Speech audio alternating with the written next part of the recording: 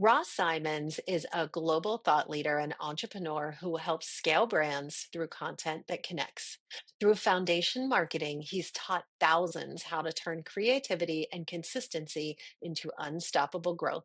I came across him when he was giving a special group presentation and became obsessed with him and his approach. I'm so excited to have you on the show. Welcome to Liftoff. Thanks for having me. Super excited to be here. Thrilled to have the chance to chat and share more about what I do and all the wonderful things that are changing the way that we work as marketers, communicators, and creators today.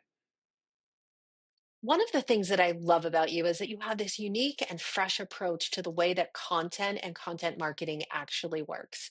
A million years ago, at the beginning of email marketing, me and some other people brought the same kind of approach and concepts to email. It was super new, super innovative. Some people scratched their head, some people jumped on board right away. Are you getting the same responses and reactions from your approaches? I'm sure you are. Tell me a little bit about that. Yeah, so there's a lot of fear in the marketing industry at large when I start to talk about some of the different topics like content distribution mattering more than what you actually create. When I talk about the power of channels like Reddit that have been considered by many to be kind of like hands off, don't go there channels for some time.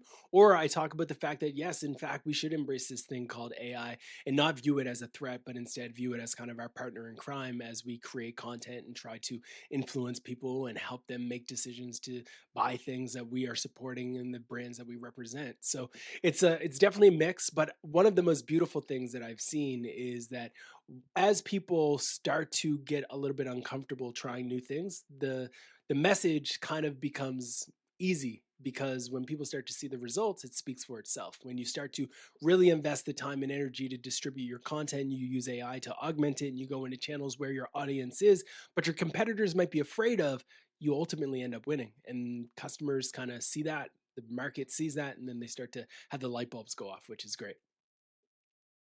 Well, I've got to say, you are one of the few people that I've spoken with that seems to be on the front end of the trend of AI being the augmenter and not the driver of some of this, which I completely appreciate.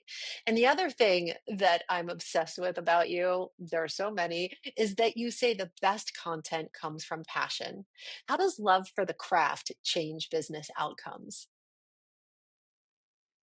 Yeah, so I have always had this belief that content has the ability to shape culture. When you think of your own beliefs, you think of humanity, society at large, a lot of the worldviews, the perspectives, the ideas that we have as humans are shaped by content, whether we're talking about historical texts, whether we're talking about the stories that our parents tell us, whether we're talking about the stories that we read, the movies we watch, the content that we read in school, whatever it might be, it's essentially content that has influenced our world perspective and views.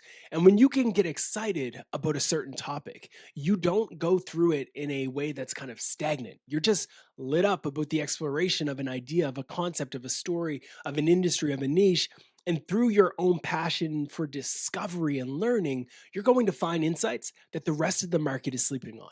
Because everyone else, when they are viewing it as a 9 to 5, a task that they have to do just because it's going to pay the bills, instead of this is my calling, this is something that I can get excited about, then you're going to stand out. You're going to have the ability to create better stories. For me, it started at a very young age, creating stories and content about video games. And when I was a young kid and I was writing about The Sims and Madden and all of these video games, I was able to see the impact that I could have on a global scale, reaching people when I was like 18 years old, living in my parents' basement. And I was like, wow, if I can take this and allocate it to something like my degree, marketing, and start to write about marketing with I'm passionate about communications, I'm passionate about AI, I'm passionate about tech, what will happen? And what happened was pretty wild. I started to get opportunities all over the world to help some of the biggest brands in the world do marketing. So, long story, little bit longer, your competitive advantage is how much fun you can have doing your work, because when everyone else might feel burnt out from this idea, you're just playing, and that's unstoppable. Russ, this conversation was packed with so much incredible insight, so much intelligence, a lot of inspiration. Thank you so much for being an expert here with us on Liftoff. Thanks for having me on Liftoff. I'm a super fan of what you all do, and I love that you're lifting off so many people's careers, so many people's minds, and keep doing what you're doing. It's great to see.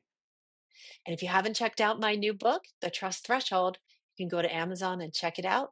And you can follow us at Liftoff Show on most social networks. Thanks so much. I'm your host, Jeannie Walden.